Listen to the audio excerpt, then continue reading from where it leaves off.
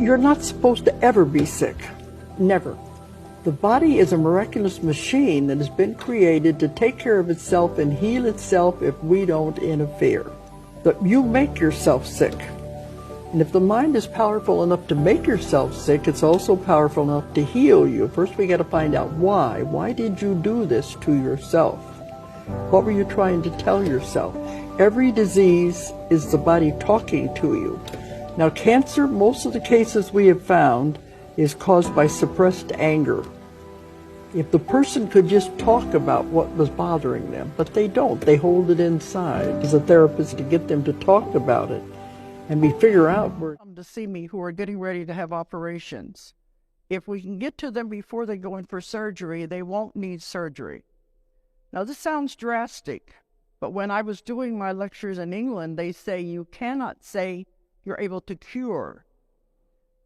They said, we'll say you're able to relieve, but we're able to take it away in one session. This is very powerful things that we're working here. I've had instantaneous cures in my office because I only have time for one session with the person. You've got to get in there and get it done. And they come long distances to have this done. So the main thing I'm working with is the health issues. Now, what I've found, you make yourself sick. You may not believe it, but you're the one that gives yourself the illness, the disease. One woman came to me and she was dying. She was on the hospice list. And she came in dragging in, using a walker, and her friend was with her. She's carrying a oxygen bottle hooked up to the oxygen, and she looked terrible. Well, when we had the session, the SC began to work on her.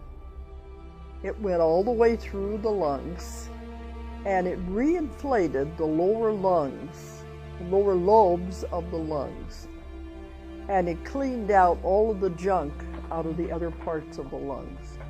But by the time we were finished, it was like a miracle. She didn't even look like the same person.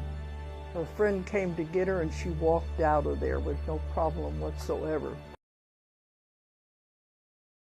Every night you go out of your body. You don't sleep all night long like you think you do.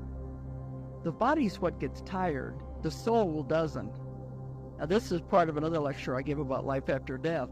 But the soul is the real you, and it goes going off. You imagine how bored it would get waiting for you to wake up so it can continue its life. So while the body is asleep, you're off having all kinds of adventures. You're on the other side, you're going to the spirit world, you're going to other planets, you're going anywhere you want to go. So at a certain time, you're connected with the silver cord at all times to your body.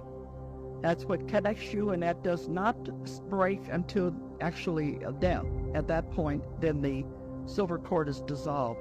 But at a certain time in the morning, you have to return to the body because the body has to wake up. In the center of your palm is a healing center. He didn't use the word chakra, but he might have meant that. But he said everyone has it in the center of their palm, and that you can learn to direct energy with it to use for healing. And that's what a lot of people are doing now with the Healing Hands group. And she said when they saw him, when he was working with someone, they saw beams of light coming out of the center of his palms.